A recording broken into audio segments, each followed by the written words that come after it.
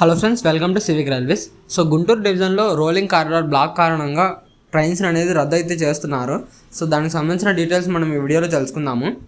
So ఇక వివరాలకు వెళ్తే ట్రైన్ నెంబర్ 17282, 17281 నర్సాపూర్ గుంటూరు నర్సాపూర్ ఎక్స్ప్రెస్ని మే 16వ తేదీ నుంచి జూన్ 1వ తేదీ వరకు అయితే క్యాన్సిల్ చేస్తున్నారు.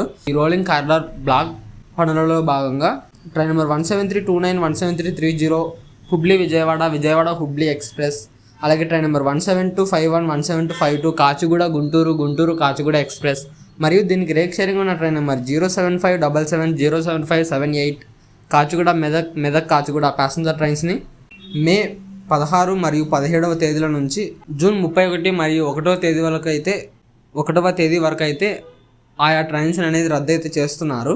సో ఇప్పటికే మీకు గుంటూరు డోన్ గుంటూరు ఎక్స్ప్రెస్ అనేది క్యాన్సిల్ చేస్తున్న అప్డేట్ అయితే మీకు చెప్పే ఉంటాను. సో అది ఎందుకు క్యాన్సిల్ చేస్తారంటే మనకి నంద్యాల పాణ్యం మధ్య ఎన్ఐ వర్క్స్ ఉన్న కారణంగా, మరియు ఆ ట్రైన్ పార్షియల్గా నంద్యాల వరకు ఎందుకు టర్మినల్ చేయలేదన్న రీజన్ కూడా చెప్పాను. ఎందుకంటే నంద్యాలలో నైట్ టైము స్టేబుల్ చేయడానికి లైన్స్ అనేవి ఖాళీగా ఉండవు కాబట్టి.